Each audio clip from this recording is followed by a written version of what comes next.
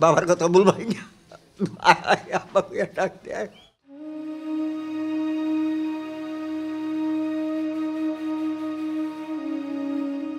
৬০ বছরের দেলোয়ার হোসেন গায়ে পচা ঘা থাকায় তাকে ঘরে রাখতে চায়নি একমাত্র ছেলে ও ছেলের বউ। তাই নাতি নাতনি বাধ্য হয়ে তাকে ফেলে গেছেন মহাখালী ব্রিজের নিচে। সেখান থেকে তাকে তুলে নিয়ে এসেছে child and old age care বৃদ্ধাশ্রম। মাগরির মতো রাতে রাখ দিয়া দুজনে টান্না তুললা রিক্সা তুললা, তখন টাঙ্গের বাসটিন লইয়া আবার বিস্তার করিয়া কোথায় তুলে গেল।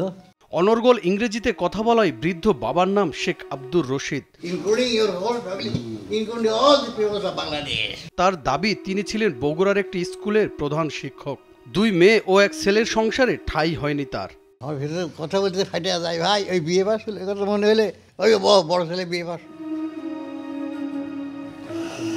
শুধুমাত্র আব্দুর রশিদ দেলোয়ার নয়, এমন 2 শতাধিক বাবা মা রয়েছেন child and old age care বৃদ্ধাশ্রমে, যারা সবাই পরিবার থেকে বিচ্ছিন্ন। ছেলে মেয়ে নাতি নাতনি থাকতেও যাদের কেউ নেই এখন। আমি ঠিকাদারি করতাম। বাড়ি ঢাকায়।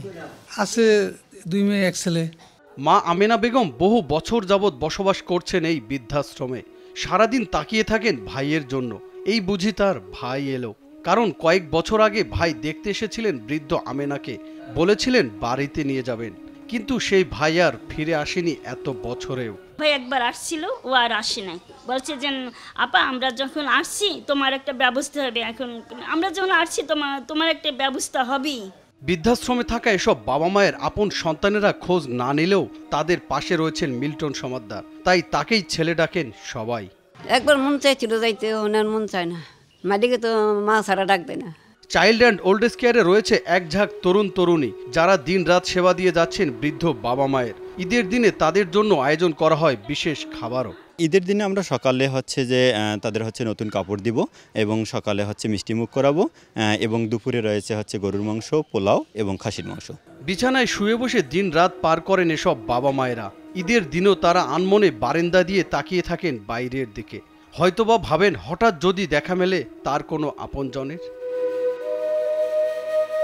ঈদের দিন সকালে যে মা সেমাই তুলে দিতেন সন্তানের মুখে, আজ সেই মায়ের মুখেই সেমাই তুলে দেওয়ার মতো পাশে নেই তার কোনো সন্তান। যে বাবা ঈদের দিন সকালে সন্তানের হাত ধরে নিয়ে যেতেন ঈদের নামাজে, আজ সেই বাবাকে ঈদের জামাতে নিয়ে যাওয়ার মতো পাশে নেই তারও কোনো সন্তান। তবুও বৃদ্ধাশ্রমে থাকা এসব বাবা মায়েরা বলছেন তাদের সন্তানেরা যেন থাকে দুধে ভাতে। জনি রায়হান, কালবেলা।